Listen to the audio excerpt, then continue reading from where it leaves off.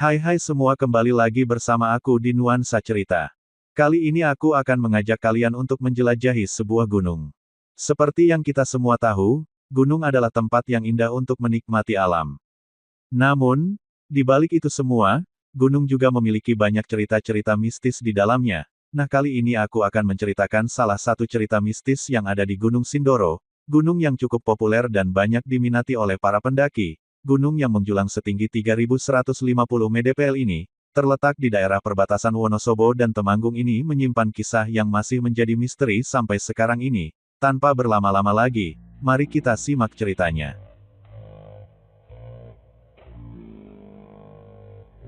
Gunung Sindoro menjulang dengan gagahnya, membelah awan yang bergerak lamban. Sinar matahari sore memantul di punggungnya yang hijau, menciptakan bayangan panjang yang menyapu lereng yang lebih rendah. Di ketinggian, udara mulai berubah dingin, dan kabut tipis perlahan merayap dari dalam lembah, menyelimuti hutan pinus dalam selimut keheningan yang nyaris mistis. Seorang figur tunggal, Andi, terlihat seperti titik kecil yang bergerak perlahan menuruni jalur pendakian via Kledung. Langkahnya, meski lelah setelah menaklukkan puncak, masih terlihat mantap dan penuh perhitungan. Dia menyusuri Tanjung Angin, sebuah bagian yang ditakuti banyak pendaki karena jalurnya yang sempit, diapit tebing curam di satu sisi dan jurang yang dalam di sisi lainnya. Kesendiriannya di ketinggian itu tidak membuatnya gentar, justru memberinya kedamaian dan waktu untuk merenung. Meski tanpa disadari, setiap langkahnya membawanya semakin dekat dengan sebuah takdir yang tak terduga. Dengan setiap langkah menuruni tanah yang longgar dan bebatuan tajam, pikiran Andi hanyut pada obrolan-obrolan di warung kopi sesama pendaki. Dia teringat kata-kata bijak seorang tetua, suaranya serak oleh usia dan rokok kretek. Gunung-gunung besar seperti Sindoro ini bukanlah tumpukan batu dan tanah semata, nak. Mereka hidup, mereka memiliki jiwa dan penjaga. Nasihat itu selalu diikuti dengan cerita-cerita samar tentang pendaki yang hilang karena lancang, atau justru diselamatkan secara ajaib karena bersikap rendah hati. Andi sendiri, meski secara logika meragukan hal-hal gaib, memilih untuk menghormati tradisi dan kearifan lokal itu. Dalam hati kecilnya, dia meyakini bahwa sikap hormat adalah bentuk pengakuan akan betapa kecil dan rapuhnya manusia di hadapan keganasan dan kemuliaan alam sekaligus. Itulah mengapa dia selalu menjaga tutur katanya, tidak membuang sampah sembarangan, dan mengambil apa yang dibutuhkan saja dari alam. Namun, keyakinan akan keterampilan pribadinya dan pengalaman belasan gunung yang telah ditaklukkannya, tanpa disadari, menanamkan benih kepercayaan diri yang berlebihan, sebuah perasaan bahwa dia telah memahami dan mampu mengendalikan resiko yang dihadirkan oleh gunung perkasa ini. Ketenangan itu pecah dalam sekejap, sebuah batu besar yang semula tampak kokoh sebagai pijakan, tiba-tiba amblas dan lepas dari tebing. Andi terhuyung, keseimbangannya buyar oleh beban tas karier yang menggoyang pusat gravitasinya. Dunia berputar dengan cepat, dia meraih udara kosong, kuku-kukunya mencakar-cakar tanah dan batu kerikil yang ikut meluncur bersamanya.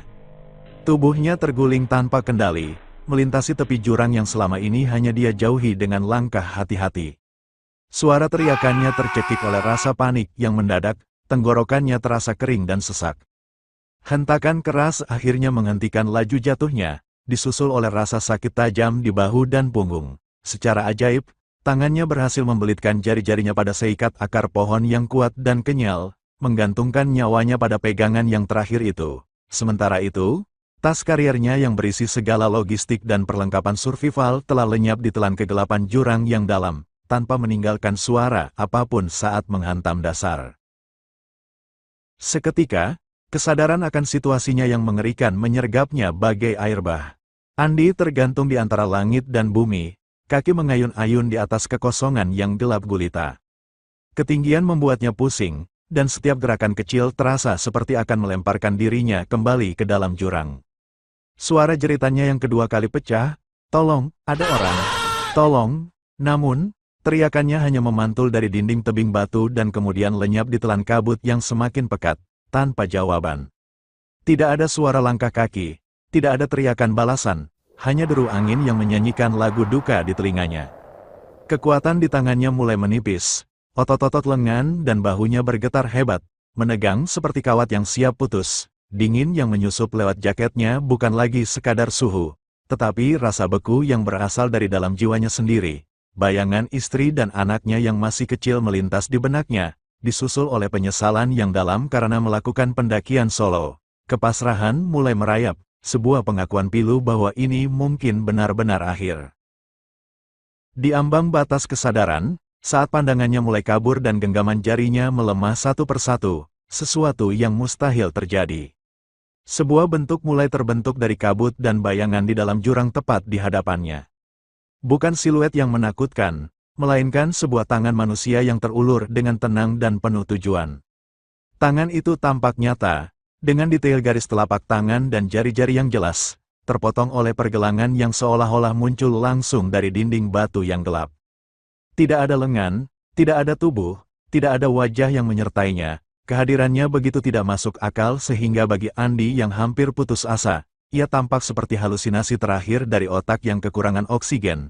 Namun, ada sesuatu dalam ketegasan telapak tangan yang terbuka itu, sebuah undangan yang sunyi dan penuh keyakinan, yang memintanya untuk mempercayai naluri terdalamnya daripada logika yang sudah hampir runtuh. Dengan sisa-sisa tenaga dan nyaris tanpa pikir panjang, Andi melepaskan cengkeraman terakhirnya pada akar penyelamat yang rapuh. Sebuah lompatan keyakinan buta, saat jari-jarinya yang dingin dan kaku menyentuh telapak tangan asing itu, sebuah sensasi aneh menyebar ke seluruh tubuhnya. Bukan sentuhan dingin batu atau kabut, melainkan kehangatan yang mengejutkan, seperti genggaman manusia hidup yang penuh tenaga. Kemudian, dengan kekuatan yang luar biasa lembut namun tak terbendung, tangan itu menariknya. Bukan tarikan kasar atau terburu-buru, melainkan sebuah daya angkat yang stabil dan pasti, seolah-olah bobot tubuh Andi tidak berarti apa-apa. Dia terangkat dengan mudah, melewati tebing terjal yang gagahnya tak mampu dia panjat sendiri, hingga akhirnya kakinya merasakan kembali kestabilan tanah yang kokoh di jalur pendakian yang sempit. Seluruh kejadian itu berlangsung dalam kesunyian yang hampir surgawi, hanya diiringi desisan angin dan detak jantungnya sendiri yang berdebar kencang. Dengan napas terengah-engah dan tubuh masih gemetar hebat, Andi segera membalikkan badan, matanya menatap liar ke dalam jurang yang baru saja dia selamatkan.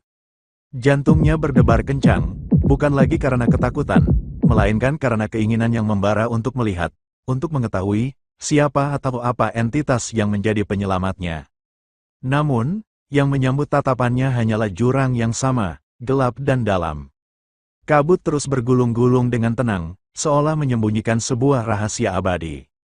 Tidak ada bayangan manusia, tidak ada jejak kaki di tanah lembab, tidak ada suara langkah yang menjauh, hanya kesunyian yang pekat dan angin yang terus menderu, menyapu semua bukti kejadian ajaib itu tanpa meninggalkan bekas. Jurang itu tampak kosong dan tak bernyawa, persis seperti saat dia pertama kali memandangnya sebelum kecelakaan terjadi, seolah-olah intervensi gaib tadi hanyalah ilusi dari pikiran yang trauma.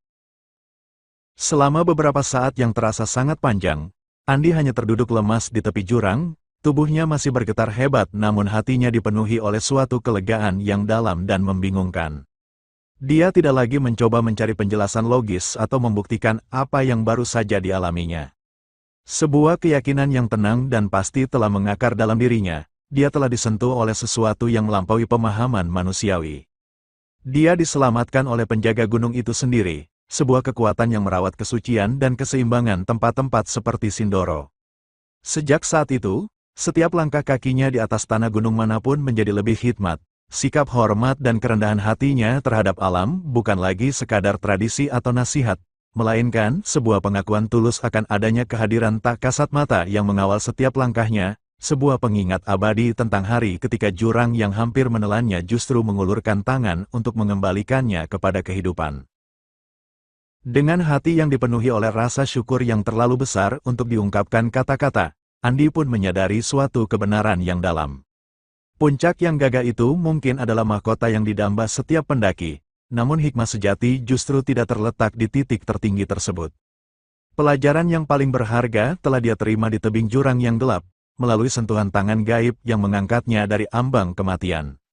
Pengalaman itu adalah sebuah pengingat abadi, bahwa di balik wajah Sindoro yang garang dengan kawahnya yang berasap dan tebingnya yang terjal, tersimpan sebuah belas kasih yang dalam. Gunung ini bukanlah lawan untuk ditaklukkan, melainkan seorang guru agung yang mengajarkan arti kerendahan hati, kekuatan doa, dan hormat yang tulus. Setiap hembusan angin di sabana Edelweissnya kini terasa seperti bisikan terima kasih, dan setiap sinar mentari pagi di puncaknya adalah anugerah yang diperbarui setiap hari, mengukir kesyukuran tak terhingga di dalam relung jiwanya yang paling dalam. Kisah ini mengajarkan bahwa gunung bukanlah medan perlombaan untuk ditaklukkan, melainkan guru yang mengajarkan arti kerendahan hati dan hormat kepada kekuatan alam yang lebih besar. Terima kasih telah menyimak cerita ini. Semoga kita bisa menambah pembelajaran dari cerita Andi tadi. Jika kalian ingin mendengar cerita-cerita lainnya, subscribe channel ini. Terima kasih dan sampai jumpa.